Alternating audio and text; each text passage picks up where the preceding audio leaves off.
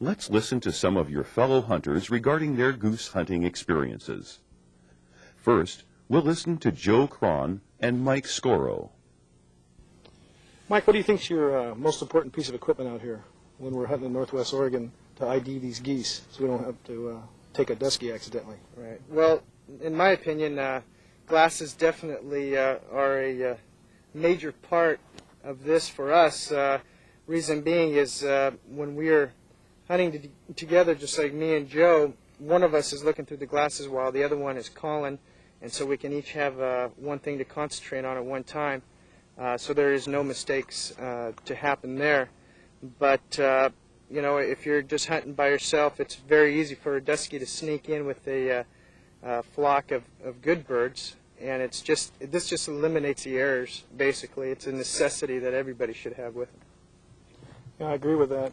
You know, I think nothing really takes a place of spending a lot of time in the field with the birds. We're fortunate enough that we spend a lot of time out here.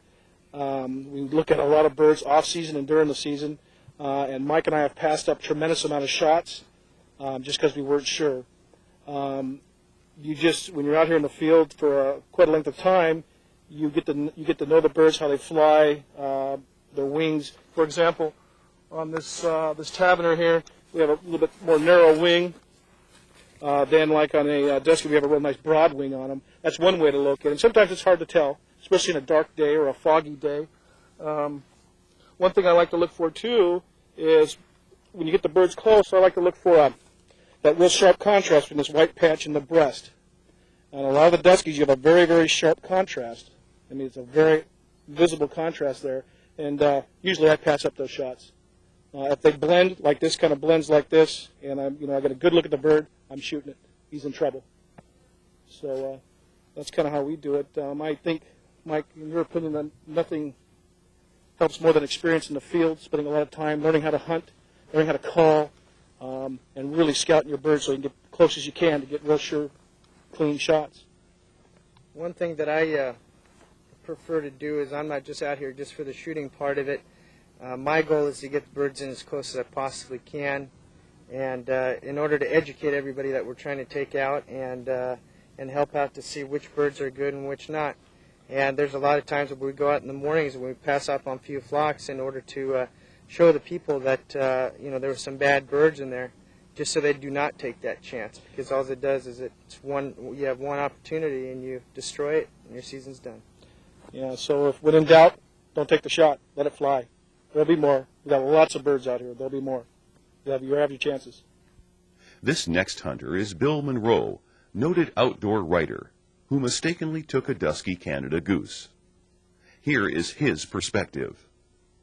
This particular bird was in a farm field out of Forest Grove, probably resting comfortably the morning that I was out hunting on the opening day, or open day over there. It wasn't opening, but I worked my way to a tree line and saw in the light that I had, it was sunlight, and in the light that I had, I saw a flight of Great Basins, very light white Great Basins coming at me, about a dozen of them.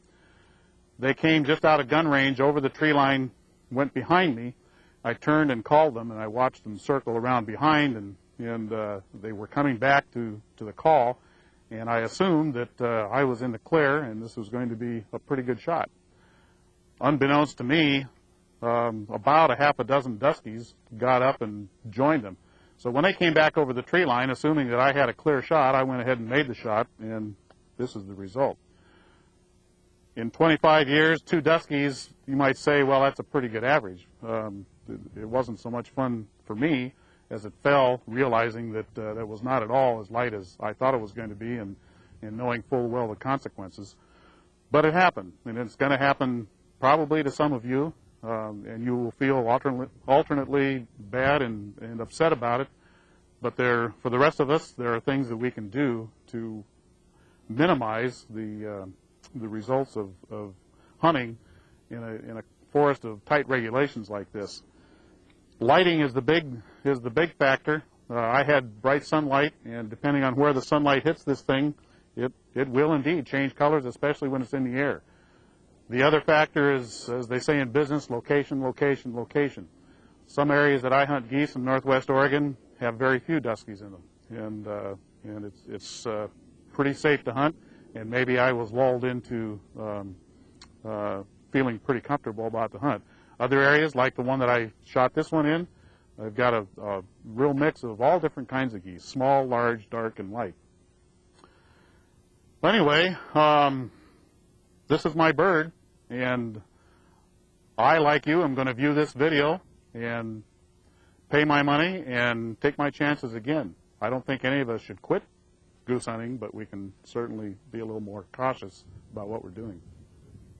Now, let's hear from two hunters who are also waterfowl program managers: Brad Bales with Oregon Department of Fish and Wildlife, and Don Craigie with Washington Department of Fish and Wildlife. Even for longtime goose hunters in Oregon and Washington, this season structure is very complex and can be very frustrating. I think we can also relate. Don and I are both goose hunters, and it's nothing but frustration at times when you've laid out in a cold ditch waiting for a flock of geese to come through and have to pass up shots. So we also, besides looking at the various administrative rules dealing with these hunts, also participate, and it can be frustrating. But really the bottom line in all of this is to just really be honest with yourself and what you're trying to do out in the field. You know, recognize your limitations, that it will take practice to get good at this. And the bottom line is showing restraint. Again, we allow duskies to be taken, but purely on an accidental basis. Another point which I think you'll be hearing a lot of is practice. And this also gets at the point of well, going out in the field before the season, working, maybe going to your local refuge and watching geese in the air, using binoculars when you're hunting, and in addition, just reviewing this video several times before you go out hunting. We hope it'll be a good tool for you when you, before you go out and being able to make those tough calls in the field. Finally, we'll hear from another hunter, Bob Trost, the U.S. Fish and Wildlife Service's Pacific Flyway representative, with his thoughts on managing geese in Northwest Oregon and Southwest Washington. Each year, as part of the process of establishing annual waterfowl hunting regulations, the Service works in cooperation with the states of the Pacific Flyway to establish an acceptable limit of the harvest of dusky Canada geese. These quotas are assigned to both Washington and Oregon, and the season on hunting Canada geese is closed when those quotas are reached. That's why it's important for hunters to properly recognize duskies and to try to avoid shooting them. Obviously, it's in their best interest to prolong the season to avoid taking the assigned quotas too early, as that results in a closed season on Canada goose hunting.